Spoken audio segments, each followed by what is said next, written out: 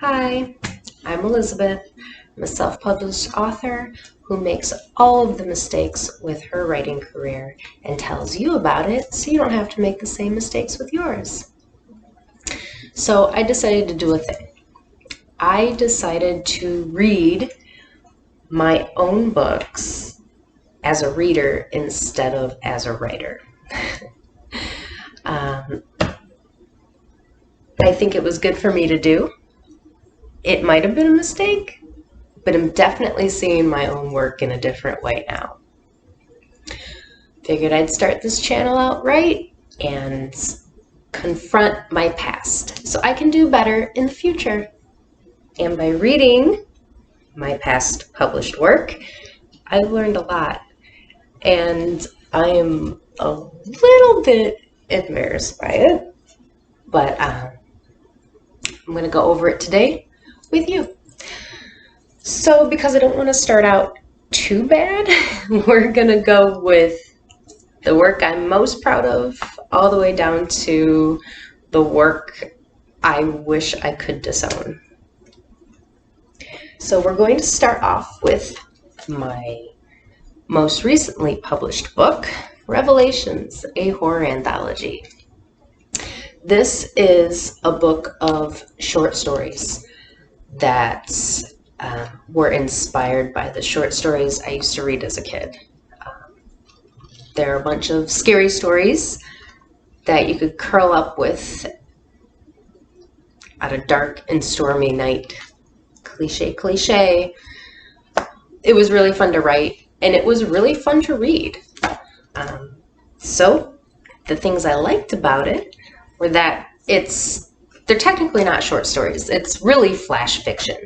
They are super short. So these stories are easy to digest in a time crunch. Next thing I really liked about it was that each story felt comfortable and familiar because they were comfortable and familiar to me. They have their own twist ending, a la Twilight Zone, and they're just fun. It's an easy, enjoyable read that got mostly favorable reviews online, so I'm not mad at that. So check it out if you want to. Super short reads. What I didn't like about it, though, was that it's flash fiction. I completely misread my audience. I thought that in a world of short attention spans and everybody being so busy, that everybody would appreciate shorter stories, flash fiction stories. But even though my online reviews were mostly favorable, almost all of them commented that the stories weren't long enough. They wanted more story. So, got it. Filing that away for next time. I was wrong about my target audience. Which brings me to the second thing I didn't like. Because the stories weren't long enough. They didn't allow for much character development or story arc. So the stories felt unfinished and the characters were just so one-dimensional. If I had made them longer, I would have had the time within the story to create those story arcs and those multi-dimensional characters. Lesson learned, although I like flash fiction, so I don't know. Moving right along, because this is not going to be a long video, guys. This is really off the cuff. Moving on to the book that was published in 2018, which I like to call my real debut, although I don't know, I'm about ready to disown this one too, is You're Next, a short novel inspired by true events. This one was the one written under a pen name because I was so disappointed with my very first book that I put out there, which we'll talk about next. It has since been rebranded under my proper legal name, Elizabeth Hartle. So if you're looking for it, it's under Elizabeth Hartle now, not AJ DeSay. This was about, it's not autobiographical, but it was based on something that had happened to me when I was a teenager with a friend of mine. We went to a cemetery that was located in a state park. So because it was located in a state park, it closes at dusk. We went on Halloween night and we got caught by the cops for trespassing. Not a good look. So it was based on that. We were trying to go ghost hunting. So that should tell you all you really need to know about that. So what I liked about it was that it was another enjoyable, easy read. I happen to be a fan of the easy reads, so I want my readers to enjoy what I write. The story itself is solid. It's got tension and suspense, which was my main focus while writing this book. I was really concerned about having enough tension and suspense in it. But there are a lot of things that I don't like about this book. It's not long enough. At, 150 pages? Yeah, 135 pages, sorry. At 135 pages, it just did not have the time in the story to really get into the characters or really dig into the happenings of the story itself.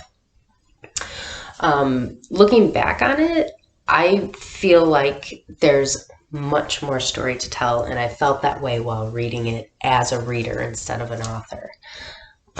I wanted more story, and I assume other people want more story too. My second problem with it is that it felt rushed. It was meant to be a fast-paced story, but not like this. I didn't let the characters breathe. Therefore, I didn't let my reader breathe. And both the reader and the characters need to breathe. Lesson learned. I do not want to affect my readers in a negative way. So, there you go. I think the biggest issue with this book is that I told more than I showed. It's that whole telling versus showing thing, and I really screwed it up in the first half of this book. Putting my author hat on for a minute, a lot of the scenes in the first half of the book are told passively. While I was reading it, I noticed that a lot of those scenes could have been told in an active voice, and why I didn't do that, I know that. I've known that for years. Why it didn't come out on the page like that, I have no idea. But there you have it. That was your next. Now for the dreaded real debut novel, the one I published in 2008. That one that I tried so hard to disown, and I'm only recently kind of bringing back into the fold and coming to terms with it. That one is A Journey Through Hell, Visions of the Afterlife. I was so embarrassed of this book. I'm still pretty embarrassed about this book, but I was so embarrassed about this book that when I wrote You're Next, I changed my name. That's bad. You've got to be really embarrassed about something to change your name and try to distance yourself in that way. But I read it on publicbookshelf.com, which is there for anybody to read completely free if you want to go check it out. And I was actually kind of surprised that it wasn't as terrible as I remembered. What I liked about it as a reader, maybe not liked, but was surprised by, is that it's actually a solid story. Considering that I edited it myself, I know it's a big no-no, don't come for me. It was actually pretty well written, and I was a first-time novelist, so it's a big pat on the back for me, actually. I didn't do that bad of a job. It's at least readable, so that's something. Another thing I liked about it was that it was ambitious. It's very high concept. I alternated chapters from fiction to nonfiction and back again, and that's meshing fiction and nonfiction like that, I'm still intrigued by, and if it's done right. So I might like to revisit that at a later date. The thing I was most surprised about this book while looking at it on publicbookshelf.com was that the reviews aren't bad. I mean, there were some meh reviews, but shockingly enough, when I read through them, it was surprisingly well received. It kind of made me wonder if I had just read the same book they did. Who knows? What I didn't like about this book, I mean, everything. The premise, the writing, the ending. I'm still so embarrassed by it, although it's not as bad as I thought it was. It's not worth the time, honestly, if you want my honest opinion. I wouldn't read it again. I would, however, like the chance to rewrite it and maybe do it right this time. But I don't know, maybe for a future project, we'll see. Another thing that occurred to me was that maybe one of its biggest problems was that I was too ambitious, especially for a debut. There is a way to mesh fiction and nonfiction, but this was not it. I, at the time, just didn't have enough know-how to pull that off. And this one goes without saying, I should have sent it to an editor. That wasn't me. Simple enough. Overall, I learned a lot reading my own published work. I have never really read through any of these books before the preparation for this video. This was my very first time reading them in full, cover to cover, and not in like an author, like in little snippets here and there as you're editing. I am kind of pleasantly surprised by the work I put out, and at the same time kind of disappointed by the work I put out. I know I can do better, but they're mine, and I'm still kind of proud of them. I have learned